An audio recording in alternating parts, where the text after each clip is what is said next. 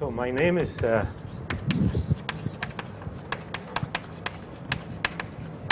Raghavan. I am a faculty member here at IMSC. I am supposed to be doing some algebra, cover some material from algebra. Vijay Kodiyalam, who is also a faculty member here, he and I are sharing the algebra part. I'll give 1 hour. There are 3 slots, so I'll be your speaker for 1 hour, and he'll be for 2 of the slots. Okay. So originally he was scheduled to speak this morning, and but since he hasn't, our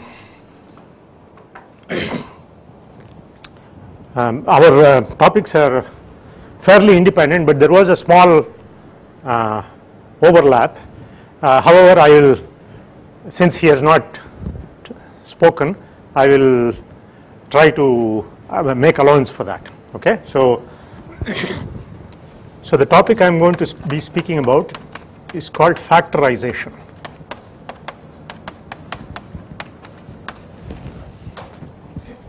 And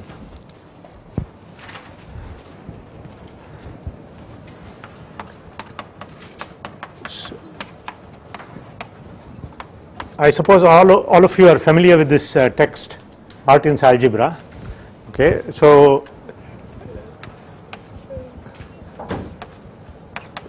most of what I am going to speak is from Artin's chapter 11.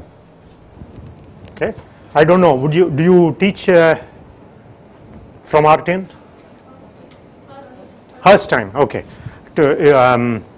Well, this is. I would advise using this book also as a reference for your students, and it's definitely different, very differently written than from. The style is very different from Herstein's.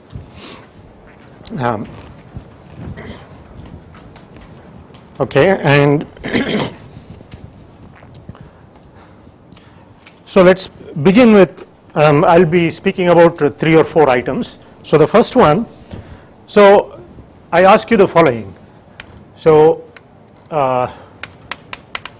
finding the HCF, the highest common factor of 2 integers. I mean, this might seem very trivial to you, but let me ask you, suppose I give you these 2 numbers, just for example, some large numbers. How would you find their HCF? How would you go about doing that?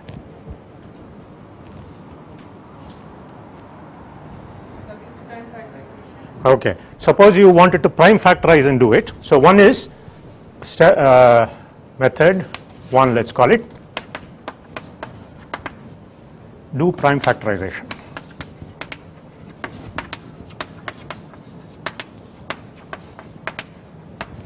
Right, and then you can write down if this one is, of course, P1 A1, P2 A2, and PR AR, and the other one also I can write as P1 B1, P2 B2.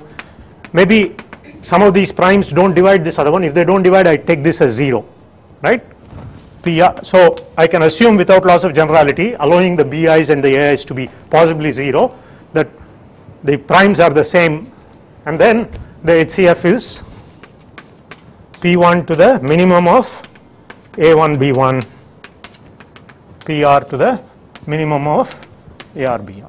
Okay, that's good. But suppose I give you 100-digit long 2 numbers, ask you to find their HCF this way. How long will it take to do it?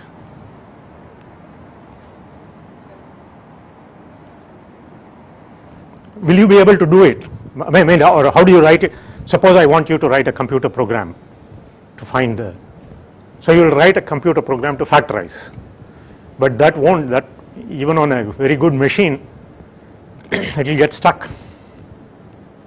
Okay. So either we are forced to the conclusion that if I give you, say, 100-digit long numbers, you can't find the HCF easily, or that there is perhaps a more efficient method. Yes. So the other method, let me remind you, I'm sure you know this, is so what the moral of the story therefore is, one thing that you could incorporate particularly these days into your teaching is algorithms. How actually you know that's a theoretically a pretty good way of checking the HCF, and it works very well for small numbers, right? But the point is the Euclid's algorithm for finding, division algorithm for finding the HCF, that is something which is computationally much better, because even if the numbers are very big, you will very soon, if you program it into a computer, I'm sure any small computer will run that program and give you the answer very quickly. Okay, so in terms of what they call computational time required, this is almost impossible to do, whereas that one is very easy to do. Okay, so that is something to keep in mind. So suppose we are trying to find, or for example you are trying to diagonalize a matrix or something like this, all these, what is an algorithm to do it? Can I write a computer program to do it? And how fast is the algorithm? How good is the algorithm? Okay, these are aspects that you might want to think about. Okay, so let us do, this is already too big, so let's just go ahead and write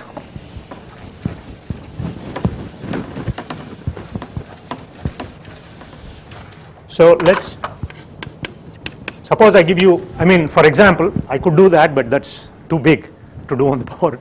So let me do 43 and 91. Let us find the HCF of these two numbers. So how do you do this? So I take 91, so let me write systematically, let me write 91, right? Then 43 is lesser than that. So what I do is, I divide this by 43, so that gives me 2 as quotient and 5 as remainder, right? So I take this 5 and put it there. So then I take the 43, divide by 5, get quotient 8 and remainder 3. So I put 3, right? And then I take 5, divide by 3, I get remainder 2. Okay, and then finally I put 2 and 3 and I get remainder 1. So 1, 1. So, and then I put 2 and 1, I get 0. So the next one is 0, right? 0, 0. The remainder is 0. So what Euclid's algorithm says is that this last number, last non-zero number here, is the HCF, right? Okay. Okay. Here is another thing that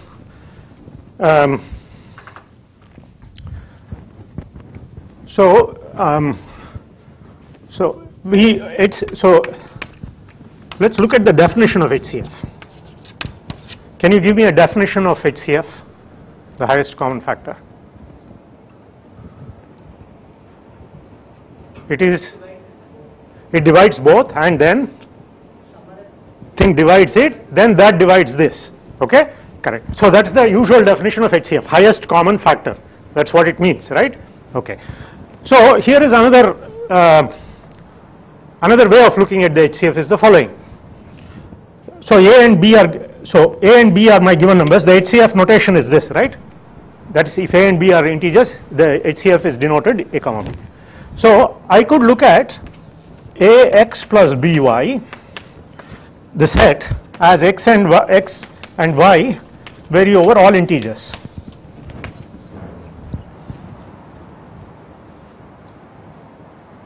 Right? I could do this.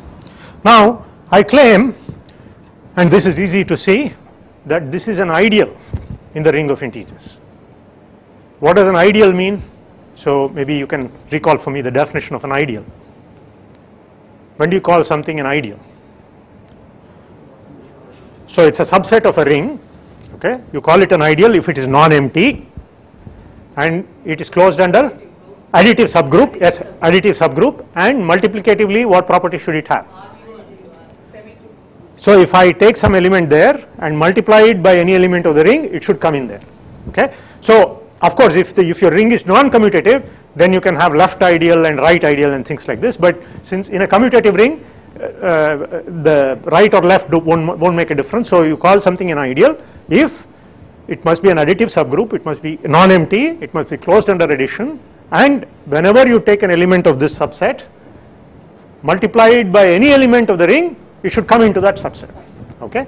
Now this set, this is a set of integers, has that property, right? If I have ax plus by, another number ax prime plus by prime, then if I add them, it is a times x plus x prime plus b y plus y prime. So that's also of this form. Further, if I multiply this by an integer, say m, then I get a mx plus b my. Well, think of mx as some other x and my as some other y, and surely that is, so this is an ideal, right? Okay. And what do we know about ideals in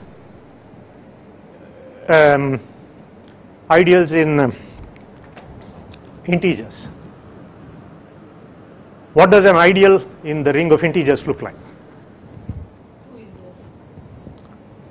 It's of the form 2z, 3z, 4z, etc. It must be multiples of a given number, right? So it is multiples of the some given number, right? So this is equal to, so mz for some m.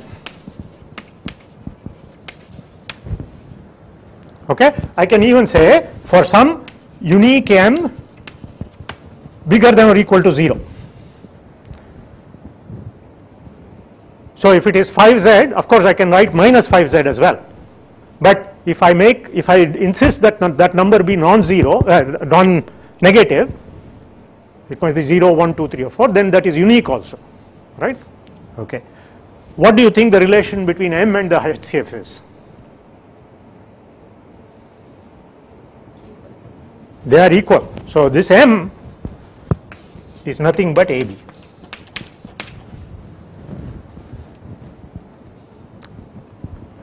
Okay, that's a slightly abstract way of defining the HCF. So what you do is you take this set, observe that it is an ideal, and therefore it must be of the form of some integer times multiples of an integer, and that integer, if I assume it to be positive, it's unique, and that unique number is the HCF. Okay, this is another, and it is easy to check that indeed that number is the HCF. Okay, let's do it. So I claim this divides A and this divides B, right? Why is that? Everything here is a multiple. If I put y equal to 0, x equal to 1, I get A. A belongs here. So A is a multiple of AB. B, similarly, I put x equal to 0, y equal to 1, I get B. So B belongs here, which means it's a multiple of AB. So AB divides B. Okay. Now suppose something divides A and divides B, it divides everything this side, but AB belongs here, so it divides AB. Correct? So it is easy to see that indeed that number must be the HCF. So there is this definition of the HCF, that's one definition. This is another definition, if you wish, another, and it's easy to see that the two definitions are the same, equivalent. Okay, but this brings us to another important point, and that is the following. It means, in particular, that look at this, AB belongs to this set, right? Which means AB you must be able to write AB as AX plus BY for some x and y, right? So what this means is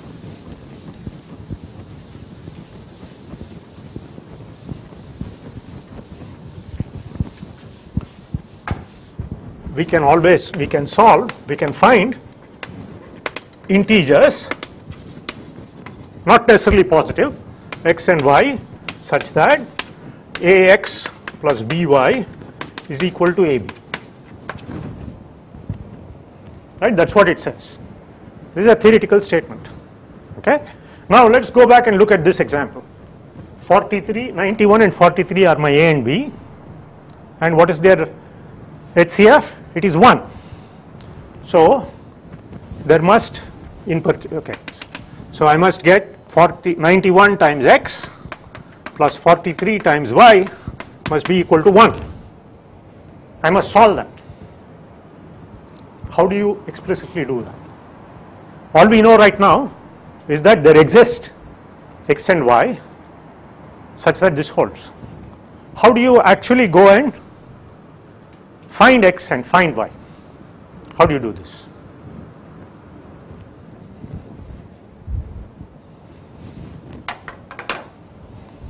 This again, you should see that so no, either this definition or this definition, they only tell us that there exists a solution.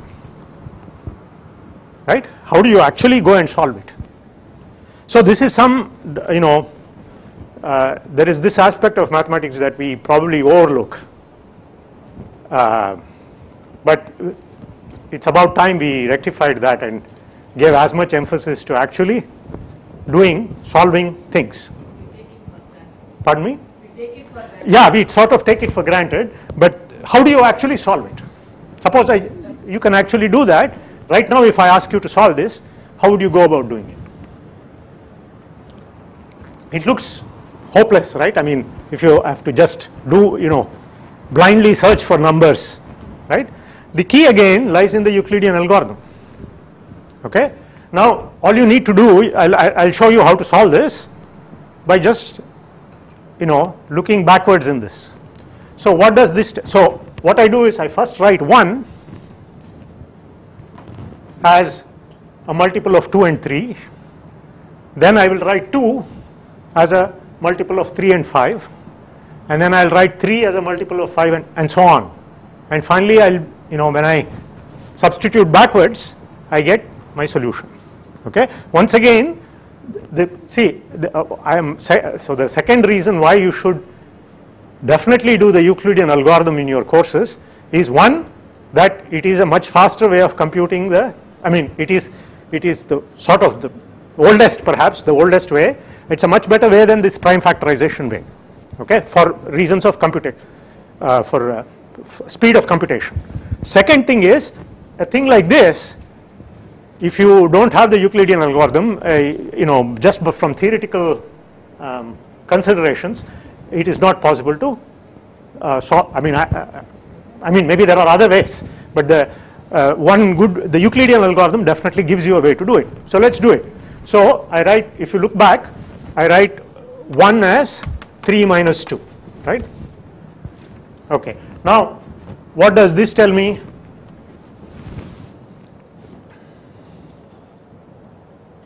Two is 5 minus 3, right? So I substitute for 2 is equal to 3 minus 5 minus 3. So I expand that now. That's minus 5 plus 2 times 3. Thank you. I write like that. Okay. Now I look at 3, right? 3 is 43 minus 8 times 5. So I substitute that. So this is equal to minus 5 plus 2 times 43 minus 8 times 5. Okay. So I'll erase this part of the board now.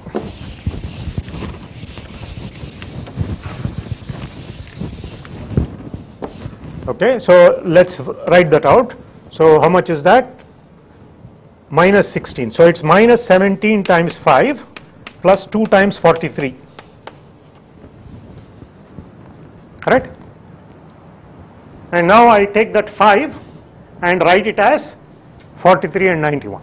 So minus 17 and 5, this gives me 5 is equal to 91 minus 2 times 43. So 91 minus 2 times 43 is equal to 2 times plus 2 times 43. So if I do that, it gives me minus 17 times 91 and then plus 34 plus 2 plus 36 times 43.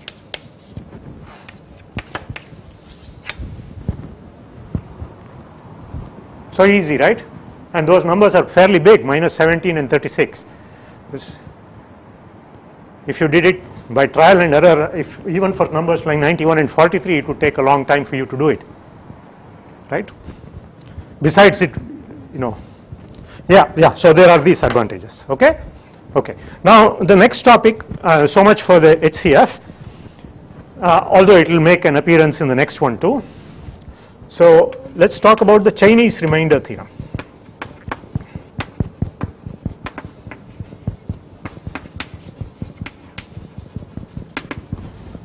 So the other sort of general principle I want to convey to you is, so when we study ring theory is a topic that you teach in BSc or MSc level, I assume. Yeah. So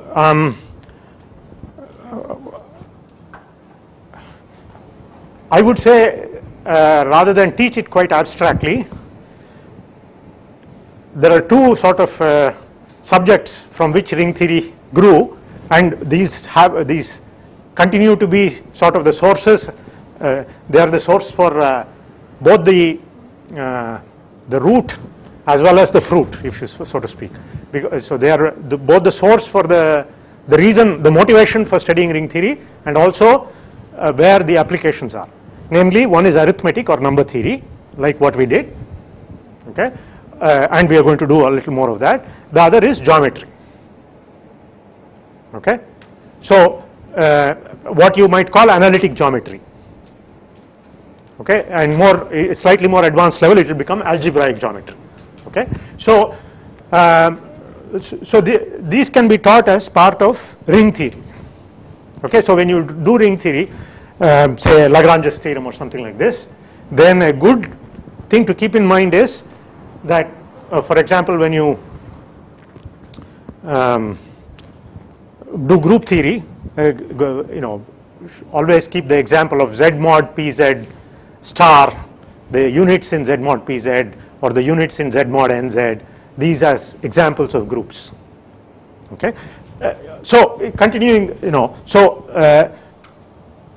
let's talk about the Chinese remainder theorem. This again, you might, this is a theorem in ring theory if you wish, but really it comes from arithmetic or number theory, okay.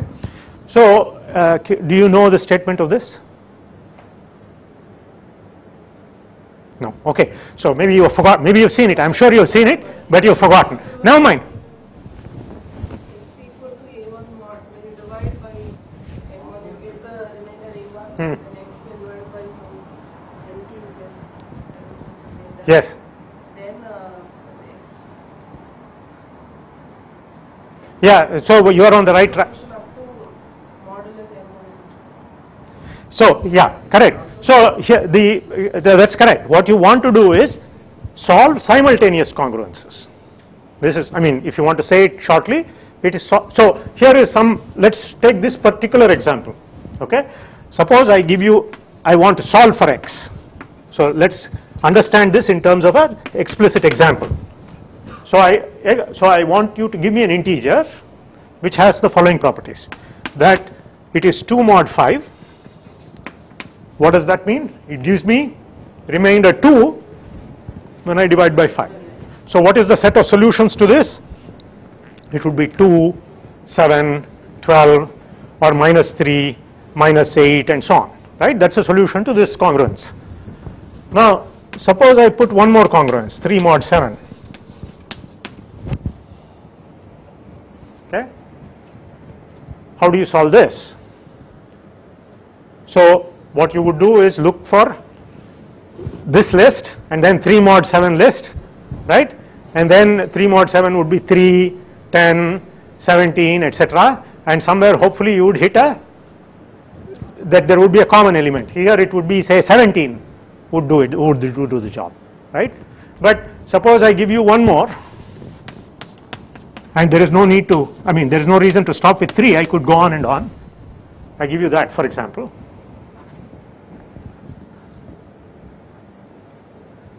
Right? So question is this, can you solve this? And if you can, find a solution. So how do you do this is the question. And as an aside, let me say, perhaps I mean, see, you normally don't think of this. You've studied partial fractions, right? I mean, normally we've forgotten about that since we don't teach in 12th standard. But partial fractions is nothing but Chinese remainder theorem. It's just that. Okay. Normally we don't say it that way. We'll say, so, you know, find partial fractions. But that is really the theoretical basis for that is the Chinese remainder theorem. Okay. Of course, not in integers, but in the polynomial ring in one variable. Okay. But anyway, but for now, let us try to solve this. How do you go about doing that? Okay. So the first statement is, so here is this.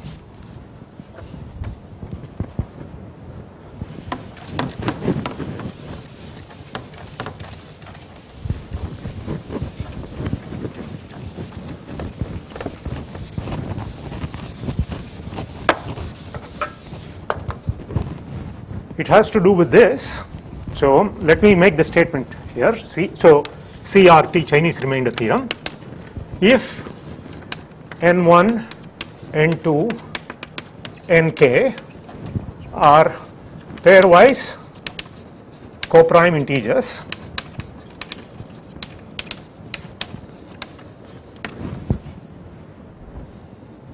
what does that mean? For every pair. Not, of course, if you take the whole thing, it might be 1 without every pair being, there may be some common factor between two of them. What we are saying is no two of them have a common factor. They are pairwise coprime. Okay, coprime integers, and C1, C2, Ck are any integers or arbitrary integers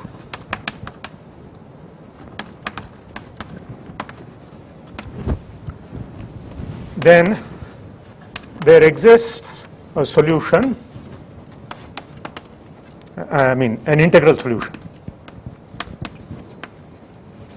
to x is congruent to C1 mod n1 congruent to C2 mod n2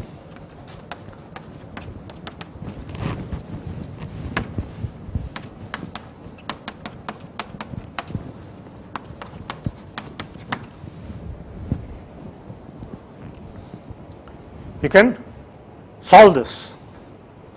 That's the first statement. Second statement is, what is the set of all solutions? So if x naught is a solution, then the set of all solutions is x naught plus m times n1 nk, m is in Z. Surely observe that everything here is a solution, because if x naught is some solution and I add some multiple of n1 to nk through it, and if I take the, say I just take m equal to 1, x naught plus that, and if I check modulo n1, this n1 divides this, so it gives me the same remainder as x naught, which is C1, and similarly for n2 and so on. Okay, surely these are all solutions. If x naught is a solution, anything of that form is also a solution. So the claim lies in that those are the only solutions. There is no other possible solution. Okay, so that's the statement, but never mind the uniqueness part, meaning by the uniqueness I mean you can state this as it is unique modulo n1 through nk. That's just a way of saying it, but let us look at the existence part and try to solve it. And in fact, let's concentrate on this particular example, because once we know how to do this example, you will see the pattern and you will see how to write up the proof for the general case. Okay, and okay, so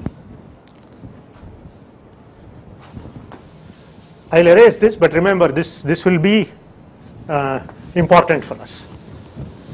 Okay, one thing you could do when you're stuck with a problem is try to make the problem simpler and try to try a version of the problem which is maybe simple, right? So instead of 2, 3, 4, I could take, suppose I take 0, 0 and 2 here, or even 1, right? After all, that says I must be able to solve it for any C1 Ck. Okay, so let's take 0, 0 and 1.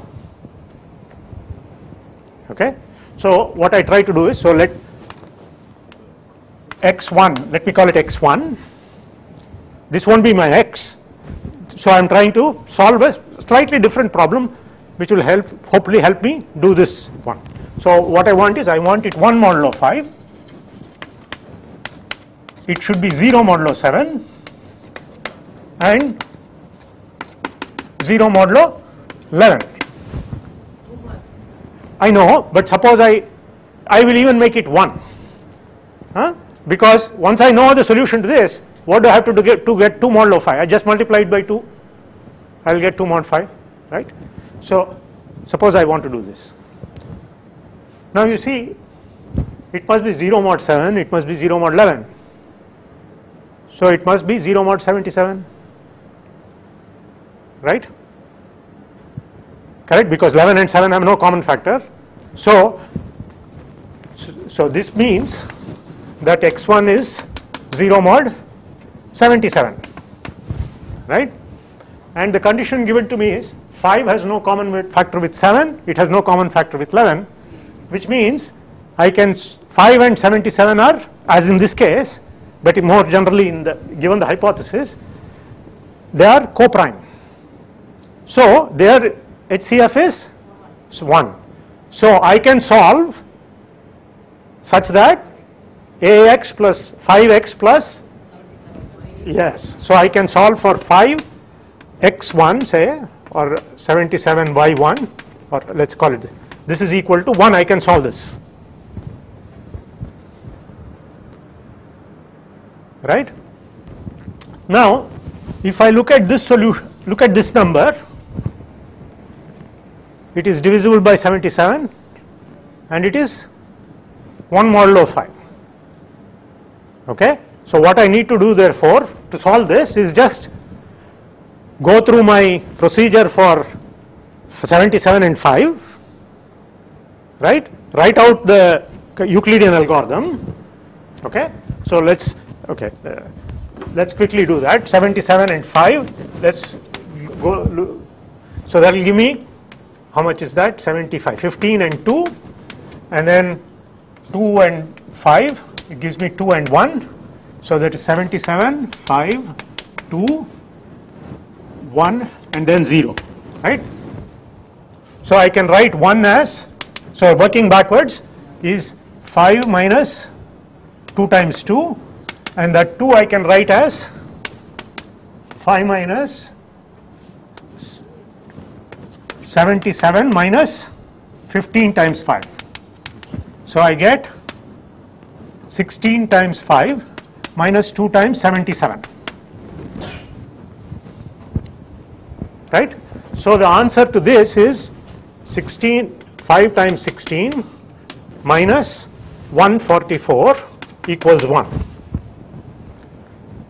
right? So the solution I want here is this one.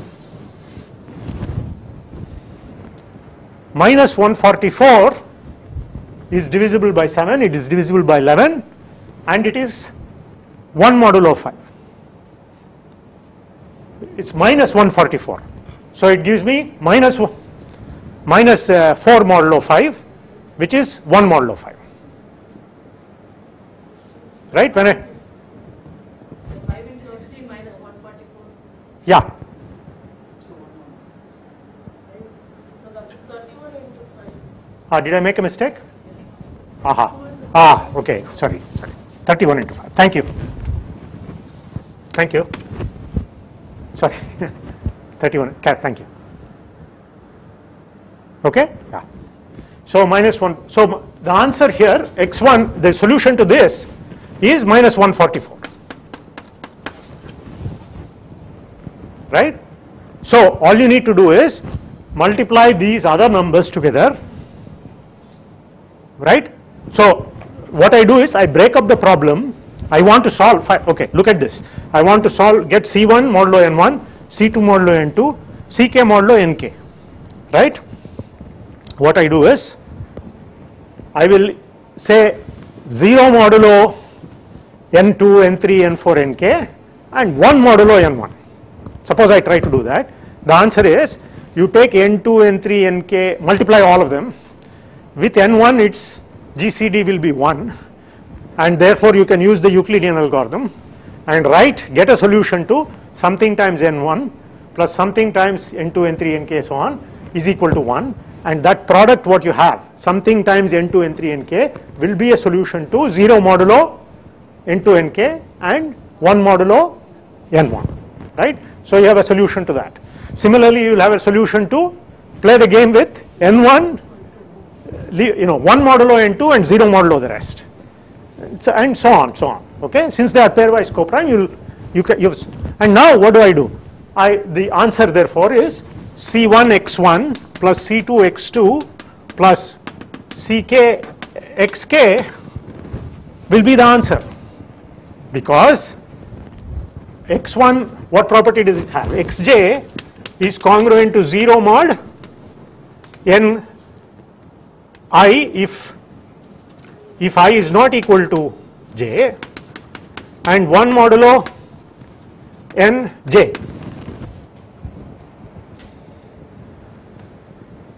Right? If I take x1, it's 1 modulo n1 and 0 modulo the rest. So if I multiply that by C1, what will I get? It will have the property, C1 x1 will have the property that it is 0 modulo all the others, and it is C1 modulo N1. Now what does C2 x2 will have? C2 x2 will be, x2 is 0 modulo N1, 0 modulo N3, 0 modulo N4. So C2 x2 will also be 0 modulo all the rest except for 2, where x2 is 1 modulo N2, C2 x2 will be C2 modulo N2. So this is, so if I take modulo N2 for example, this is 0, all the rest will be 0, this will give me C2, which is what I want. If I take modulo N1, then all these will be 0, this will give me C1, and for modulo Nk, xk will be 1, Ck xk therefore will be Ck, therefore this will give me Ck, and all these will give me 0. So that will be the solution. Okay, you can actually now go ahead and do this problem. For want of time I will not finish it, but the answer is, for example, 367 plus mz. So this is the answer. So it's not quite easy to find that answer if I mean I could just put on 2 more numbers there. I mean 5 modulo 13 and 6 modulo 19 or something, and then you will be, unless you had some procedure to do it, it would be quite difficult to do it. Okay. So this is one other place. So okay, now let's come to I want to give I want to talk about Gauss' lemma.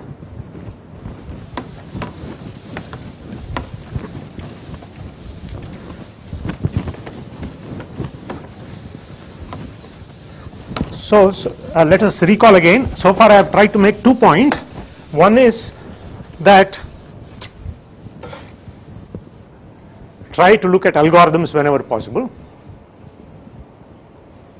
Secondly, that if you do teach ring theory, do keep in mind, number theory and geometry as the 2 sources and also the sources of applications for the subject. Okay, so we should keep a constant eye on those 2 subjects for sources of examples and sources of applications. Okay, so there is a version of Chinese remainder theorem in ring theory which you might at some point teach, but really it comes from this, and the reason why it is called Chinese remainder theorem is because apparently the Chinese knew how to solve this long ago, and of course they would state it as I can't do it right away off the from a standing start, but there were so many sheep which so many cows and so many, and it was posed very picturesquely, the problem. Okay, now let's the next topic I want to talk about is Gauss's lemma.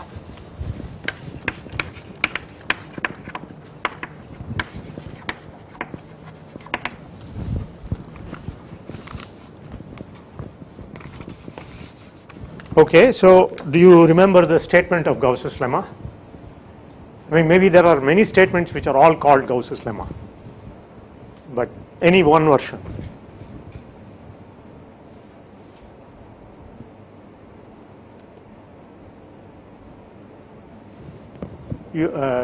Perhaps you don't teach this in your courses, your algebra courses. Okay, so here is a, okay, let me state one version which is easy to understand, but which sort of looks only like a curiosity, maybe. Okay, and that is the following. So you understand this notation, right? So what does Z stand for? The ring of integers, and when you write like that, it is the polynomial ring in one variable with integral coefficients, right? Okay, X is supposed to be an indeterminate. So let's make a definition. So I take f in here.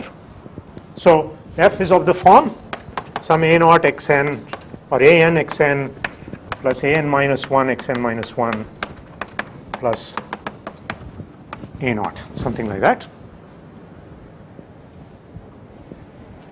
Right, is primitive. So this is a definition. If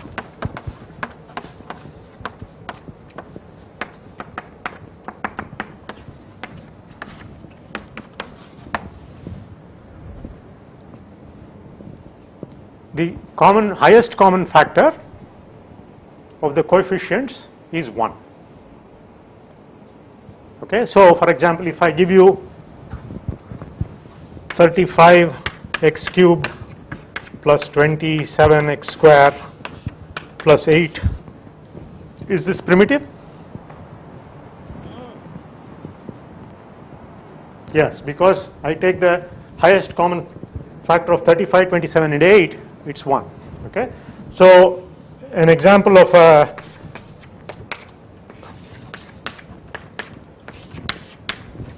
just put a minus. So that's an example of a non-primitive polynomial. Okay, is the definition clear? Okay, and the statement then is, it's a very simple looking statement. It says the following: if I multiply 2 primitive polynomials, the product is also primitive. So the statement is, so I can write it here, the product of primitive polynomials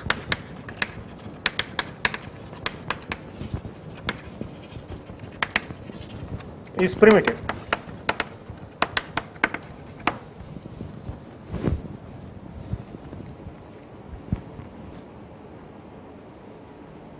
Right? Statement is clear, right?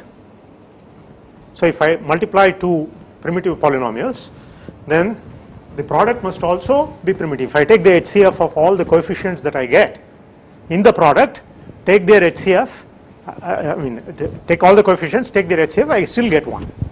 That's the claim. Okay, and how do you prove this?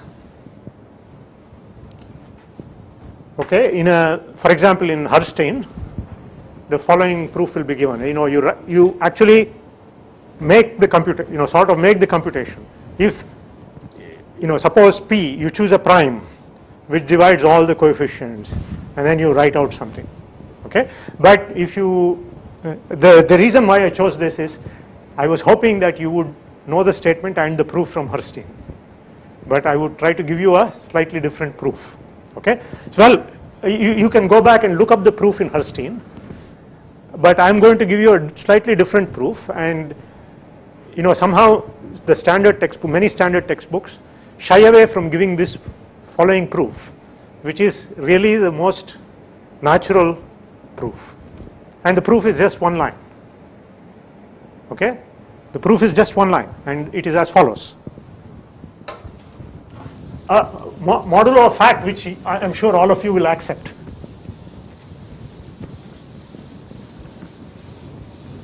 So the moral is, you look at this proof, go back and see Herstein's proof, compare and decide for yourself which you like better. Okay, so proof. Okay, let f comma g be primitive,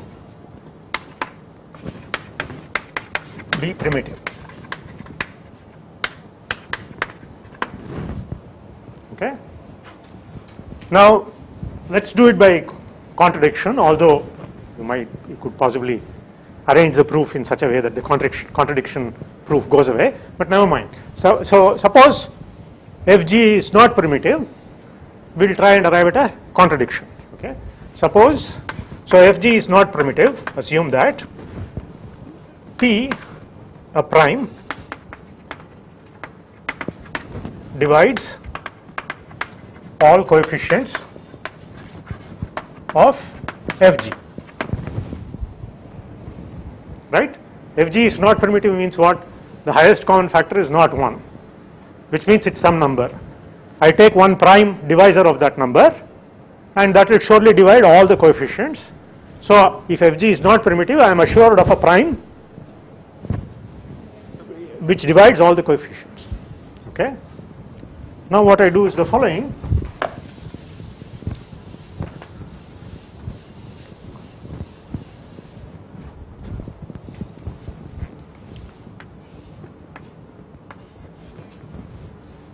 So read, so this is all that, this the proof is the following phrase, read modulo p. That's the proof. That's the one line proof. Right? This is the key. What it means is the following. So what does read modulo p mean? See, formally, if I have one ring and another ring and a homomorphism from one to the other, I can always think of, so for example, Z is a ring, it is sitting inside, say, the complex numbers, and the inclusion is a ring homomorphism, right?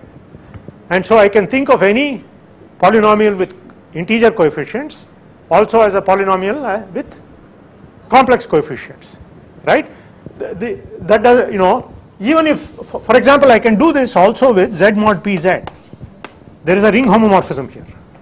Namely, I can just go to the residue clause, meaning the remainder modulo p. So I take a number, just read it modulo p means take the remainder when I divide by p. That's a ring homomorphism.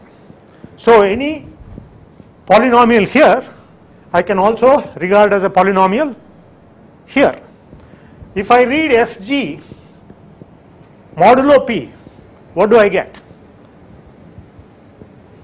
All the coefficients are divisible by p. Therefore, I get 0. So let me put a bar here. So to indicate that is in ZP. So this lives in,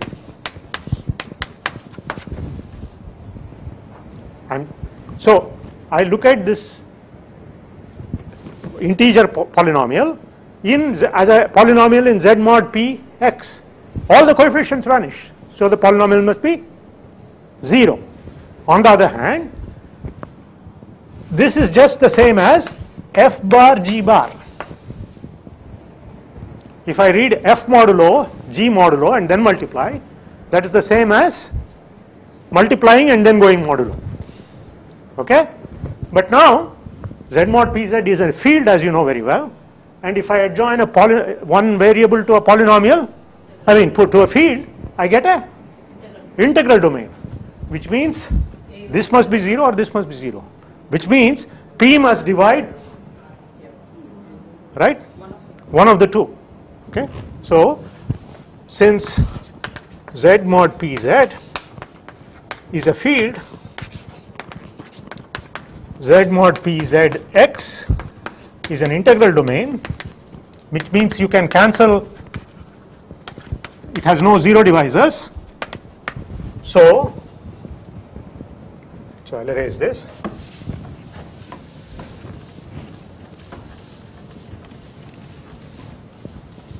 So either f bar equals 0 or g bar equals 0, that is, so in which case, so which means P divides all the coefficients of f, exactly, or P divides all coefficients of g. This would mean f is not primitive in particular, and this means g is not primitive. And that's the proof. Okay? It is so it is really, you know, it has a famous name attached to it. The lemma name is Gauss's lemma, but really it is, and he was it's not for nothing, because he was the first one who sort of understood the importance of this statement. Okay, but the proof is really just this. Okay, unfortunately, not all textbooks, elementary textbooks like Herstein, do give this proof, and I think it's. Herstein is a very nice book. I have, overall it's a very, very good book, very enjoyable. I'm not denying that. Nevertheless, somehow a proof like this is much more, when I see a proof like this, it's much more attractive than the proof that is normally given, which is a long, laborious, which in fact amounts to just the same thing written in a much more complicated way. Okay, what it involves is this. You have to sort of take this reading modulo P and the product, you go modulo and then multiply, or multiply and go modulo, those two are the same. That's one thing to be observed, and the fact that this is a field, therefore this is an integral domain. Okay, all these are important facts, all these were simple facts to check, but modulo these facts, the proof is really it's 3 modulo P. Okay, another proof in the same category and is the following.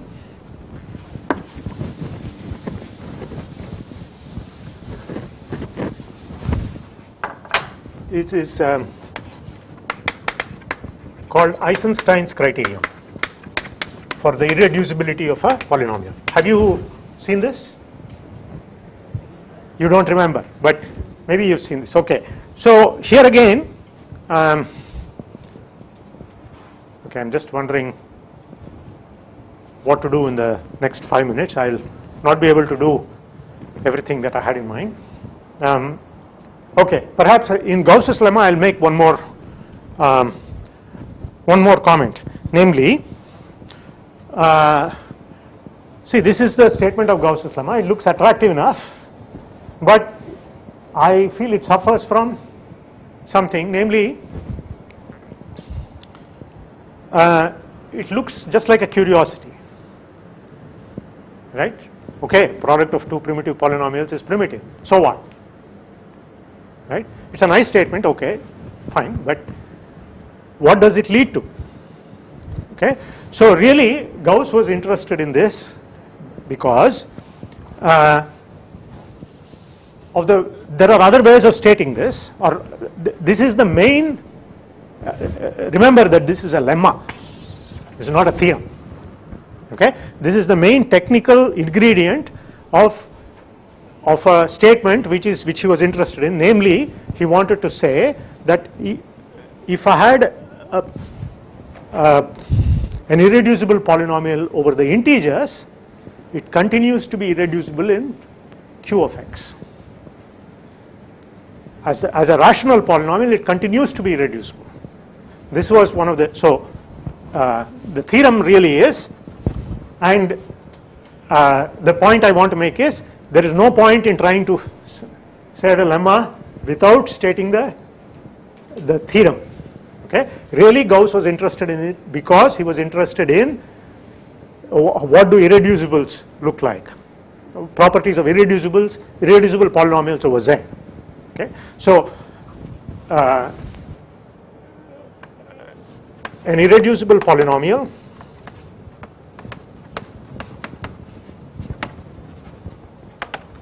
in Zx is irreducible as well over Qx. Okay, and another statement which is done in the same breath is this ring, polynomial ring in one variable over Z, is a unique factorization domain, meaning you can write, the usual statement about factorizing, prime factorization holds. To be more precise, any element can be written as a product of prime powers would be the statement in the integers. Here you would say as a product of irreducibles, and then if I had another factorization, then after possibly a permutation I can align them so that the irreducibles are associates of each other. That is, one is no different from the other, it's the same as the other up to a unit. Okay, so or more generally, you can even prove if R is a UFD, then so is Rx. So for example, Zx, if I had joined 10 variables to the ring of integers, that would continue to be a UFD because I can apply this repeatedly. Okay, so the point I want to make here is sometimes suppose you are going, there is no point in making this statement without making these two. Okay, so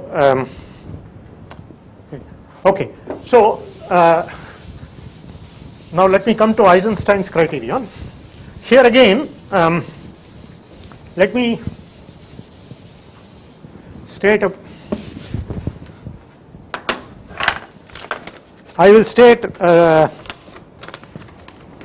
this is normally stated for integral polynomials. So the statement, let me recall for you, is suppose I have a polynomial with integer coefficients, and suppose I have a prime p which divides, so something, okay, take something like this for example.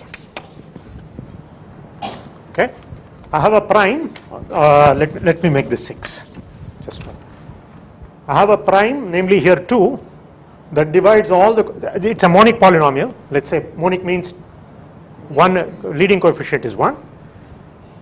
Suppose it divides all the coefficients, not one but the rest, and suppose the square of the prime, p square, does not divide the constant term. Here 4 does not divide this, then this is irreducible in Zx. That's the statement. Okay, and it can often be applied to, for example, you can prove what is called the cyclotomic polynomial you can use this to prove the irreducibility of the cyclotomic polynomial after substitution, etc. Okay, that's the statement. Once again, if you look at the proof, it will be some, some long winded thing. Again, you can use the same idea, read modulo P to prove this. So prove reading modulo P. And Artin's book gives a proof in this way, and it's much easier. If you just read modulo P, it's much easier. Okay, let me take maybe 5 or a little more than 5 minutes of your time, and now introduce you to some bit of geometry associated with this Eisenstein's criterion. Okay, so this last bit is just to see how geometric ideas are involved in ring theory. Okay, and it's you could bring them up as follows, as Artin does. This is how he tries to prove the Eisenstein's criterion. For example, a geometric proof or a geometric visualization of Eisenstein's criterion. So the statement is the following. So let f Tx be an L-1 t x to the n minus 1 plus so on plus a naught t. So this time I think of it as a polynomial in x with coefficients coming from coefficients being polynomials in t. Okay. Suppose that, so I write out an analogous, a condition that looks like Eisenstein's criterion. That is, suppose that t does not divide a and t. So this is like saying the first one is monic, but really it is just good enough to say t does not divide, right? That means the constant term here of this polynomial is non-zero. T divides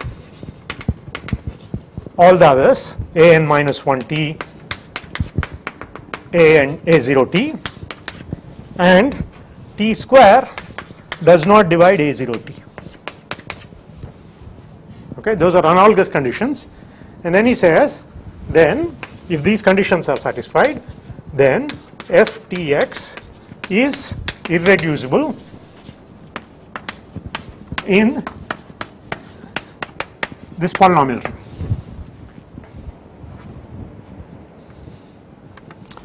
Okay, so I should make here so let me put one more condition here. Just this is like saying, I mean this is, okay, assume that a and t, a0 t equals 1. So that is, you can think these polynomials, these are polynomials in one variable, they are HCF, there is no common factor among those. Okay, assume that. I mean, if there is, you can always pull it out and keep it aside and make f smaller. So this is really no condition at all. So let us understand and look at it geometrically.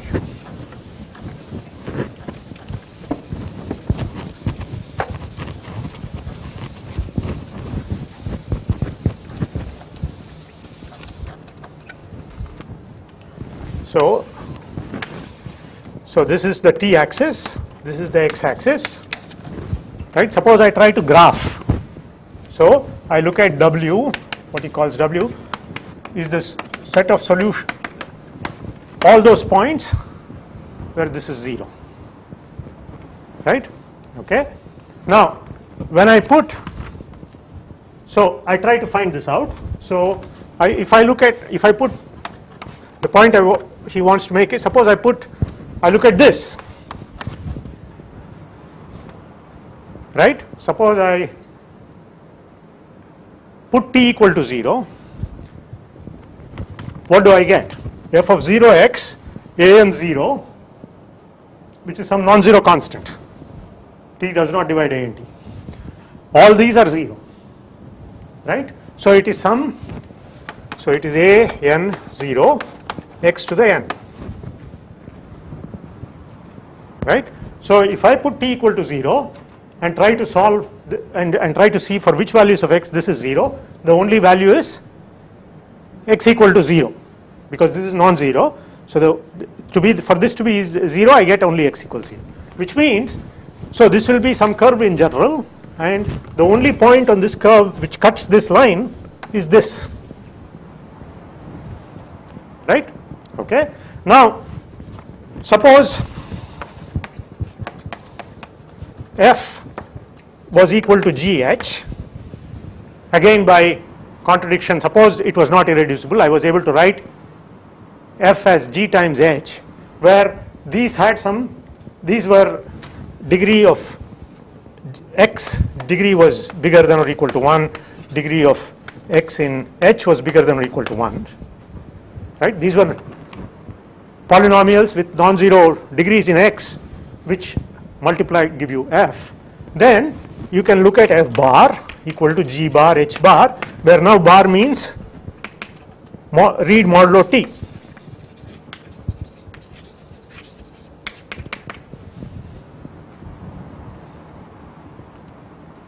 Okay. Now what is f bar modulo t? It is a n 0 x n, right? So, and this is the factorization of a n 0 x n in c of x. So once I once I put t equal to 0, I get this polynomial, and it factorizes thus, which means, notice that g bar and h bar are also of the form something times x to the some power, h bar is also something to, so what I conclude from this is that g bar is equal to some constant times CR, and h bar is equal to some constant times, in fact, n minus r. Okay, where r is bigger than or equal to 1 and n minus r is bigger than or equal to 1.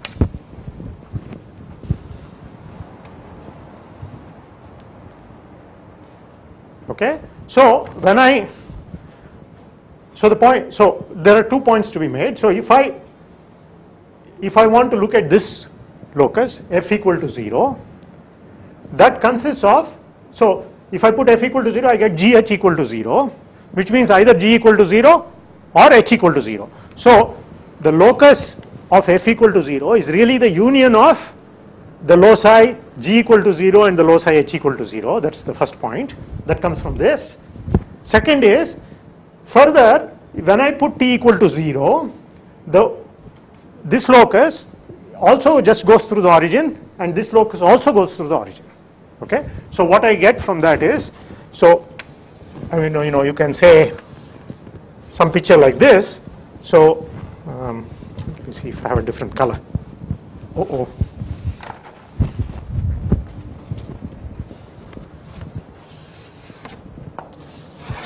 So you can say this is g equal to 0 and this is h equal to 0. Okay. Now the conclusion, therefore, what you get is that, see, g of h, g goes through the origin, h also goes through the origin.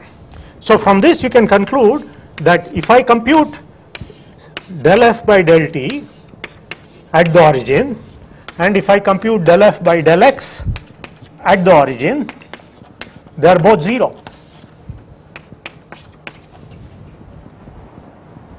Okay, why is this? Let us just see this, and this is similar. Okay, because of this, what is del f by del t? Del f by del t is equal to del g by del t h plus g del h by del t. And when I substitute the origin, here h at the origin is 0, here g at the origin is 0. So del f by del t at the origin is 0, del f by del x at the origin is 0. But I claim that contradicts this. Okay, so let's see why. del f,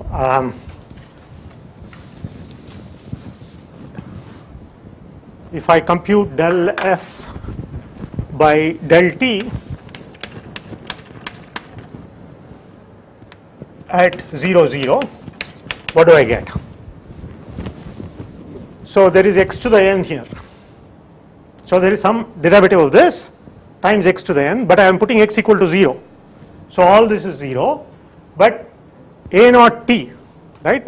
The del f by del t, if I do this, here I know that t square does not divide a naught t. So what form does a naught t have? T divides a naught. So a naught t will look like something. So this is a naught t will look like 0 and the constant term, higher terms, plus something here, some number here, okay, call it C and D, maybe I have used E not equal to 0. This is how it will look. So when I take del f by del t, this will give me E plus some polynomial, but I am going to put t equal to 0 in that. So this gives me only E, right? So this is equal to this E, that is coefficient of t in a naught t, which is not 0 by assumption, because t square does not divide a naught t. So that's a contradiction. Okay. So I mean, I did this because, I mean, okay, it was maybe a little fast, but the point is there is some geometry associated. There is either arithmetic, there is on the one hand arithmetic, and on the other hand geometry associated with ring theory, and we should keep these two always constantly in the mind. If we do, then we can make the subject more interesting and enjoyable. Thank you for your attention.